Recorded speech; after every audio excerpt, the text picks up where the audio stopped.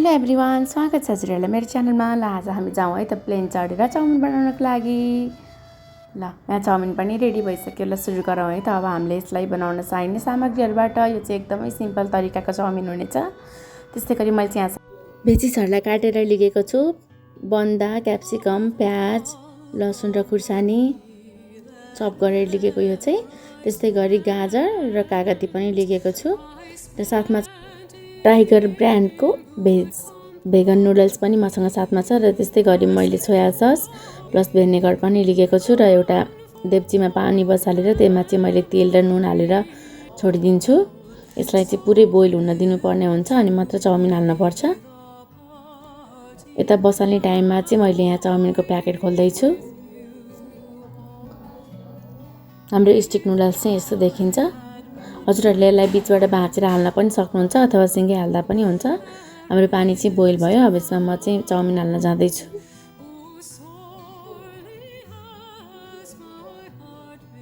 यसलाई अब एकछिन राम्रोसँग चलाइदिनु पर्ने हुन्छ। यसलाई चाहिँ कम्तीमा 6 मिनट जति पकाउनु पर्ने हुन्छ। राम्रोसँग बाहिर फुले पनि भित्र चाहिँ काँचै हुनसक्छ, त्यही भएर एकचोटि चेक गर्नु होला।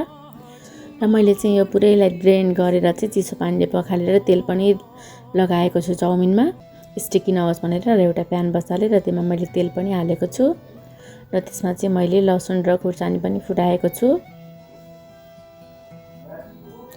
र त्यस्तै गरी प्याज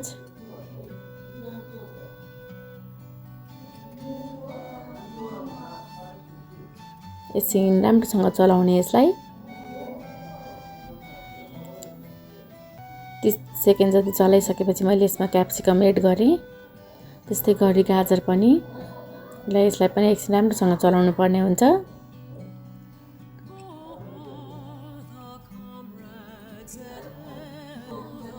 र मैले चाहिँ बन्दा पनि हालेँ। अब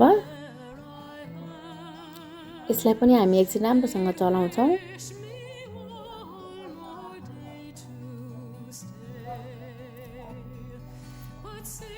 यति चलाइसकेपछि अब म चाहिँ यसमा बेसार हाल्न जाँदैछु र स्वाद अनुसार नुन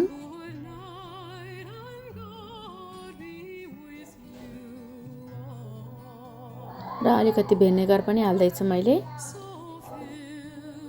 र सोया सस मैले चाहिँ पहिले हाल्ने गरेको छु। यति गर्दाखेरि चाहिँ सजिलो हुन्छ, त्यही भएर। र त्यसपछि मैले चाहिँ चाउमिन हालेँ। अब यसलाई राम्रोसँग चलाउनु पर्ने हुन्छ चारैतिर लाग्ने गरेर।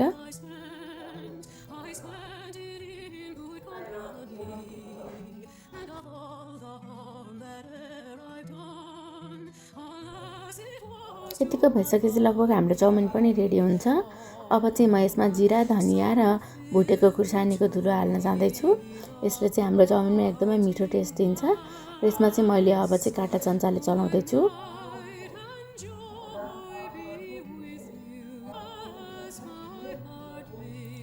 यतिको भइसकेपछि हाम्रो चाउमिन पनि खानलाई रेडी भयो र मैले चाहिँ एउटा प्लेट लिएको छु र त्यसमा सर्भ गर्न जाँदैछु। चाउमिन चाहिँ हेर्दाखेरि यस्तो राम्रो प्लस खाँदाखेरि यति मिठो थियो कि हजुरहरू पनि एकचोटि घरमा ट्राई गर्न सक्नुहुन्छ। प्लिज ट्राई गर्नुहोला। र हजुरले यदि यो भिडियो अन्तिमसम्म हेरेर साथ दिनुभएको छ भने धेरै धेरै धन्यवाद। Please support me.